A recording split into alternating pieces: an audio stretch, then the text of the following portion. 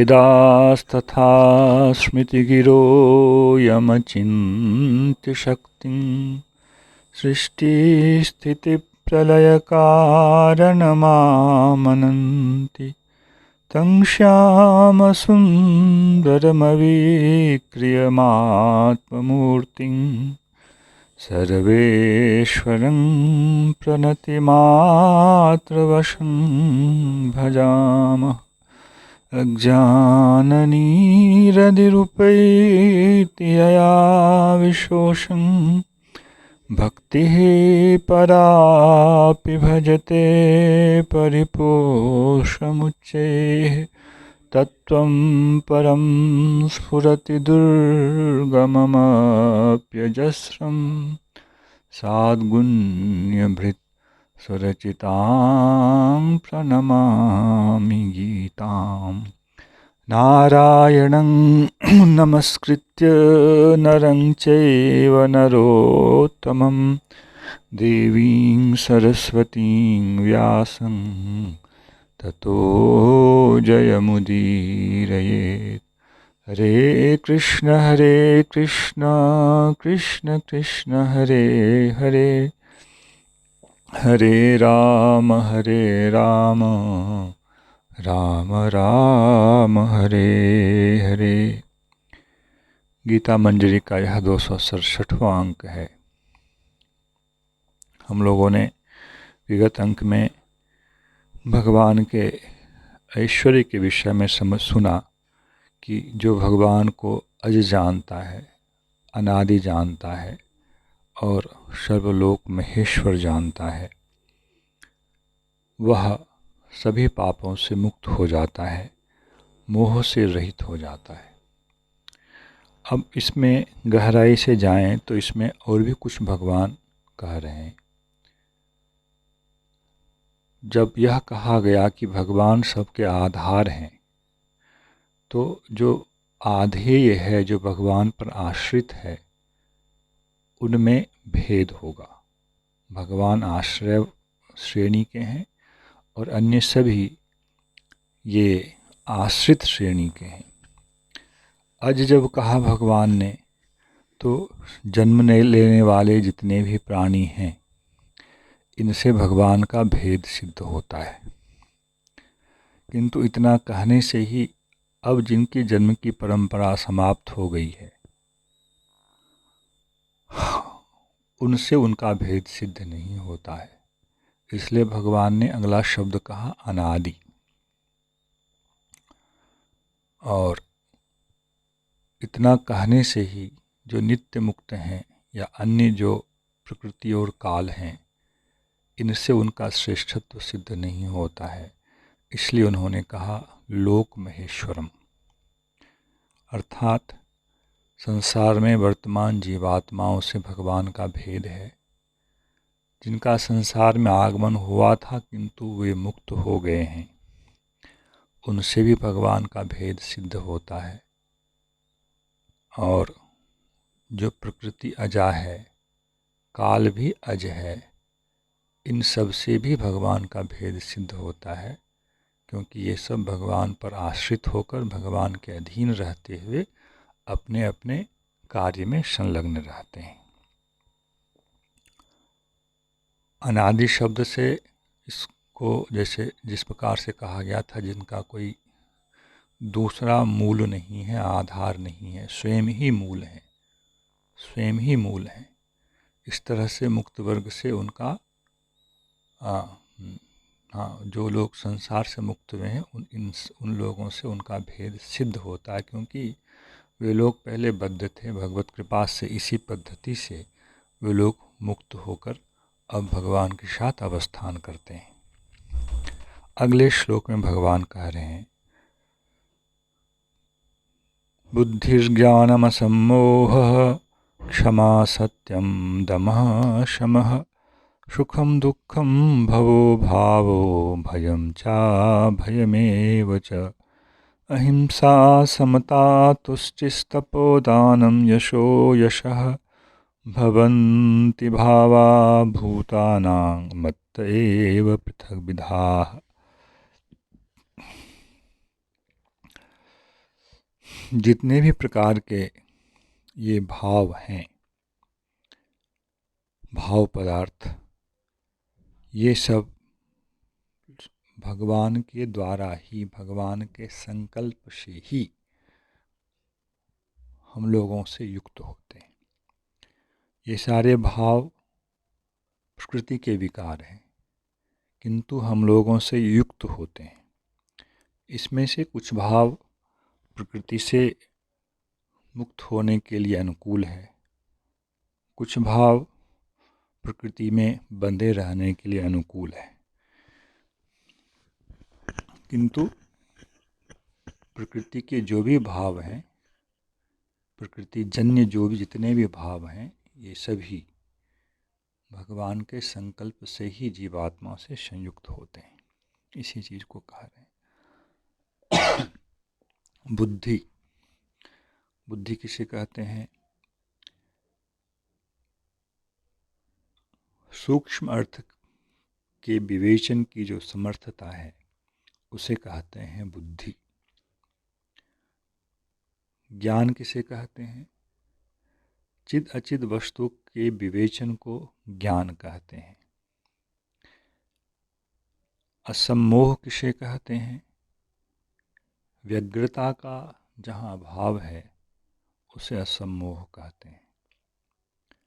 क्षमा सहिष्णुता को कहते हैं। सत्य जैसा देखा गया वैसा ही कहना, यह सत्य कहलाता है। सत्य के और भी गंभीर अर्थ हैं, हम सामान्य रूप से यहाँ कह रहे हैं। दम अनर्थ रूपी विषयों से अपनी इंद्रियों का नियमन कर लेना। रूप रस गंध स्पर्श इत्यादि जो विषय हैं ये अनर्थ हैं, हमारे जीवन में अनर्थ घटित कराते हैं। इनसे अपनी इंद्रियों का नियमन कर लेना, इंद्रियों को संकुचित कर लेना, विषय देश में जाकर भोग नहीं करने देना, यह दम कहलाता है।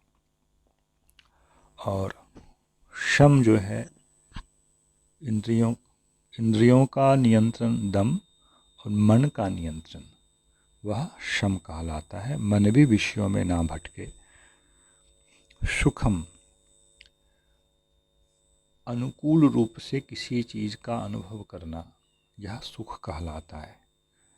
और प्रतिकूल रूप से किसी विषय का अनुभव करना, यह दुख कहलाता है।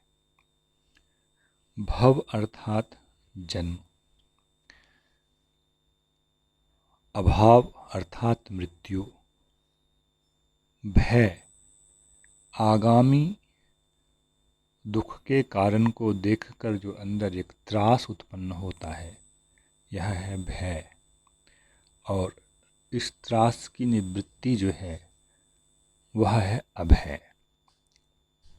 अहिंसा, दूसरे को पीड़ा नहीं देने का जो भाव है वह है अहिंसा। समता, राग द्वेष इत्यादि द्वंद्वों में समान रहना, इसे समता कहते हैं। तुष्टि, अदृष्ट के द्वारा, प्रारब्ध के द्वारा जो कुछ भी मुझे प्राप्त हुआ है, हमें प्राप्त हुआ है, उसमें संतोष रखने को ही तुष्टि कहते हैं। संसार के संग्रह की इच्छा को असंतुष्टि कहते हैं। तप, वेदों में जो शारीरिक क्लेश को कहा गया है वह तप कहलाता है। जैसे हिरण्यकशिपु ने तप किया। दान, अपने लिए जो भोग्य वस्तु है वह उस वस्तु को सत्पात्र को समर्पित कर देना, यह दान कहलाता है। यश, सद्गुणों की ख्याति हो संपूर्ण विश्व में तो यह यश कहलाता है।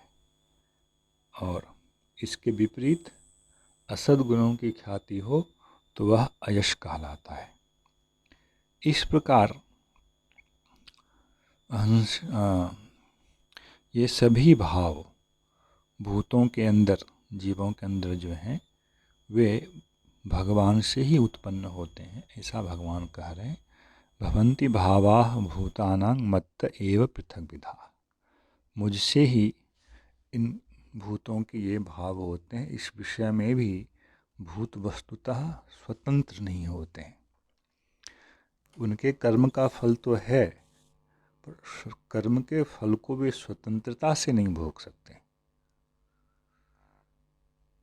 कर्म के फल को कब, कहाँ, किस प्रकार से भोग कराना है, यह अधिकार मेरे हाथ में है। इसलिए इसके द्वारा यह सिद्ध होता है कि भगवान जो हैं सबके आदि हैं और सर्वेश्वर हैं।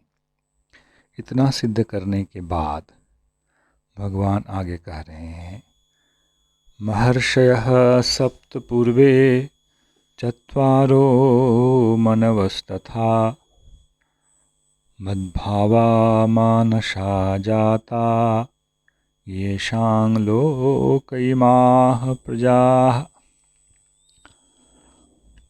सप्त महर्षियाँ, भृगु, मरीचि, अंगिरा, ये सब 7 महर्षिगण हैं जिनका प्रादुर्भाव ब्रह्मा जी के द्वारा हुआ है, ऐसा शास्त्रों में वर्णन है।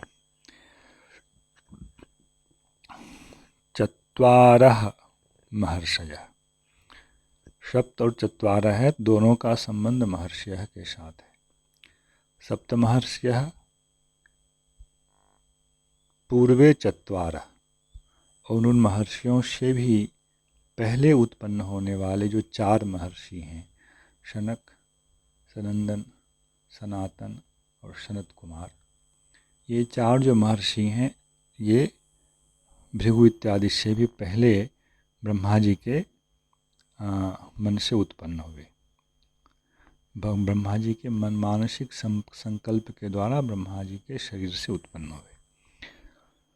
मनवस्तथा, और जो 14 मनु हैं ये मद्भावाः, मद्भावाः का मतलब है इन लोगों का भाव जो है, इनकी भावना जो है यह भगवान में स्थित है, भगवान के प्रति इन लोगों का अनुराग है। मद्भावाः, ये सभी जितने भी हैं इनके लिए भगवान ने कहा है। मानसाः जाता, इन सब की उत्पत्ति संकल्प से हुई है। मानस अर्थात मन में जो उत्पन्न होता है वह है संकल्प। देखने से यह लगता है कि इन सब की उत्पत्ति किससे हुई? ब्रह्मा जी से उत्पत्ति हुई। ब्रह्मा जी ने संकल्प किया, तो भगवान कहते हैं नहीं, ब्रह्मा जी के संकल्प से ये लोग उत्पन्न नहीं हुए हैं। ब्रह्मा जी के ऐसे संकल्प के पीछे भी जो संकल्प है वह मेरा संकल्प है। उसके अनुरूप ही ब्रह्मा जी के हृदय में संकल्प हुआ। यही समझने की बात है कि जो भी हार्दिक भावनाएं हैं, जितनी भावनाओं का यहाँ कुछ संग्रह किया गया, भावनाएं और भी हैं, यह सब कुछ भगवान के संकल्प से ही हमारे हृदय में उदित होती हैं। इसलिए भक्ति की भी भावना जो हमारे हृदय में उदित होती है, इसके पीछे भी भगवान का संकल्प होता है। किंतु जैसे ब्रह्मा जी के संकल्प से इन लोगों का उदय हुआ ऐसा हम कहते हैं, ऐसे ही व्यवहार में किसी साधु के संकल्प से ऐसा होता है, यह व्यवहारिक शक्ति है। किंतु वस्तुतः उसका जो उपक्रम है यह आदिकाल से भगवान ने कर रखा है, वह संतों के हृदय से केवल व्यक्त होता है। मद्भावा मानसाः जाता येषां लोक इमाः प्रजा। लोके येषां इमाः प्रजाः, जो 4 प्रकार के वर्ण हैं, वर्ण बहिर्भूत भी जो हैं, अंत्यज लोग हैं, ये सब भी इनकी ही संतानें हैं। इनसे ही उन लोगों का विस्तार हुआ है। जितने भी प्राणी प्राणीगण हैं, ये सब भी उन्हीं महर्षियों की संतानें हैं। यह श्रीमद् भागवत के अध्ययन से स्पष्ट होता है कि किस प्रकार ये सब चर अचर, चर में मानस, पशु पक्षी इत्यादि सब लोग ब्रह्मा जी के ही वंशज के रूप में इस जगत में आए हुए हैं। एतां विभूतिं योगं च मम यो वेत्ति तत्त्वतः सोऽविकम्पेन योगेन युज्यते नात्र संशयः। एतां विभूतिं योगं च, इन सब को जो 7 महर्षिगण हैं,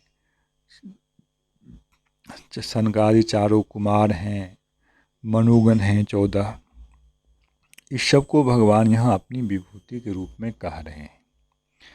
भगवान कह रहे इन विभूतियों को और योग को। योग का मतलब है यहाँ भगवान की वह अचिंत्य ऐश्वर्यमयी शक्ति जिसके की द्वारा भगवान सारे जगत का नियंत्रण करते हैं, वह जो उनकी महेश्वरीयता है उसको यहाँ योग कहा गया है।